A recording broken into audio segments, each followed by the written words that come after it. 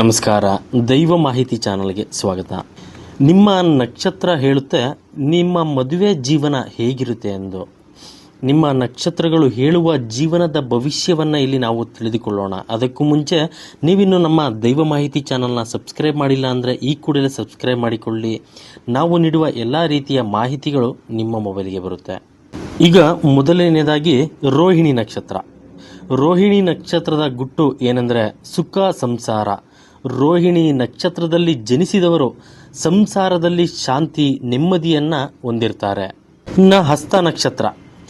ಹಸ್ತ ನಕ್ಷತ್ರದ ಗುಟ್ಟು ಅಖಂಡ ಅದೃಷ್ಟ ಎಂಬುದಾಗಿದೆ. ಹಸ್ತ ನಕ್ಷತ್ರದಲ್ಲಿ ಜನಿಸಿದ ವ್ಯಕ್ತಿಗಳು ತಮ್ಮ ಜೀವನದಲ್ಲಿ ಅದೃಷ್ಟಶಾಲಿಗಳಾಗಿರ್ತಾರೆ. ಅಶ್ವಿನಿ ನಕ್ಷತ್ರ. ಈ ನಕ್ಷತ್ರದ ಗುಟ್ಟೇನಪ್ಪ ಅಂದರೆ ನಾಯಕತ್ವದ ಗುಣ. ಅಶ್ವಿನಿ ನಕ್ಷತ್ರದಲ್ಲಿ ಜನಿಸಿದವರು ನಾಯಕತ್ವದ ಗುಣವನ್ನು ಹೊಂದಿರ್ತಾರೆ. ಹಾಗೆ ಭರಣಿ ನಕ್ಷತ್ರ. ಈ ಭರಣಿ ನಕ್ಷತ್ರದಲ್ಲಿ ಜನಿಸಿದವರು ಸುಖವಂತರು, ತಮ್ಮ ಜೀವನದ ಉದ್ದಕ್ಕೂ ಸುಖವನ್ನ ಕಾಣ್ತಾರೆ ಎಂಬುದು ಇದರ ಅರ್ಥವಾಗಿದೆ. ಇನ್ನು ಕೃತಿಕಾ ನಕ್ಷತ್ರ.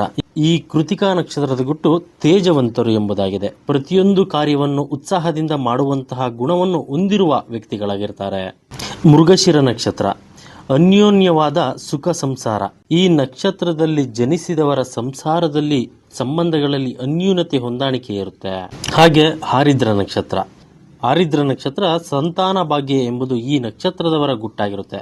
ಆರಿದ್ರ ನಕ್ಷತ್ರದಲ್ಲಿ ಜನಿಸಿದವರಿಗೆ ಪುತ್ರ ಸಂತಾನ ಭಾಗ್ಯ ದೊರೆಯಲಿದೆ.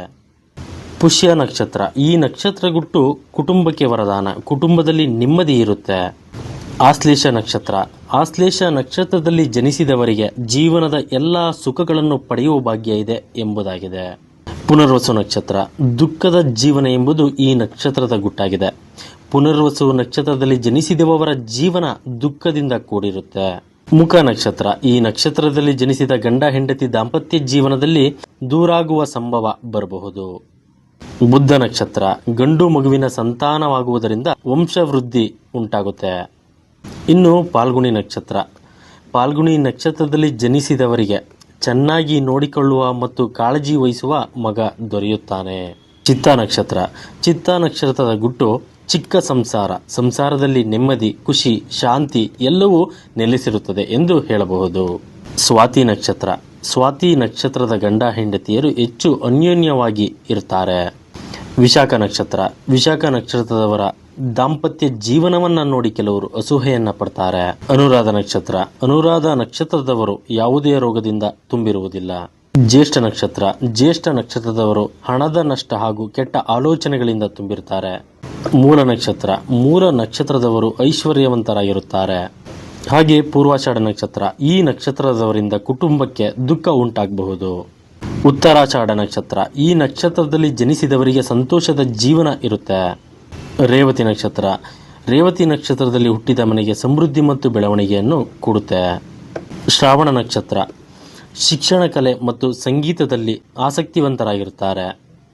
ಶತಭಿಷ ನಕ್ಷತ್ರ. ಇವರು ಸಿಟ್ಟಿನ ಸ್ವಭಾವದವರು ಆಗಿರುತ್ತಾರೆ. ಧನಿಷ್ಠ ನಕ್ಷತ್ರ. ಸುಂದರ ಹಾಗೂ ತೀಕ್ಷ್ಣ ಬುದ್ಧಿವಂತರಾಗಿರ್ತಾರೆ. ಉತ್ತರ ಭಾದ್ರಪದ ನಕ್ಷತ್ರ. ಧಾರ್ಮಿಕವಾಗಿದ್ದು ಸಹನೆ ಹಾಗೂ ಪ್ರೀತಿ ವಿಶ್ವಾಸವನ್ನ ಹೊಂದಿರ್ತಾರೆ. ಹಾಗೆ ಪೂರ್ವ ಭಾದ್ರಪದ ನಕ್ಷತ್ರ. ಇವರು ಜೀವನದಲ್ಲಿ ಸಂಪತ್ತು ಹಾಗೂ ಶಾಂತಿ ಮತ್ತು ಸಮೃದ್ಧಿಯನ್ನ ಹೊಂದಿರ್ತಾರೆ. ಇಂತಹ ಹೆಚ್ಚಿನ ಮಾಹಿತಿಗಾಗಿ ನಮ್ಮ ಪೇಜ್ನ ಲೈಕ್ ಮಾಡಿ, ಶೇರ್ ಮಾಡಿ, ಸಬ್ಸ್ಕ್ರೈಬ್ ಮಾಡಿಕೊಳ್ಳಿ. ಮುಂದಿನ ಬಾರಿ ಮತ್ತೊಂದು ಮಾಹಿತಿಯೊಂದಿಗೆ ಭೇಟಿಯಾಗೋಣ. ಧನ್ಯವಾದಗಳು ಸ್ನೇಹಿತರೆ.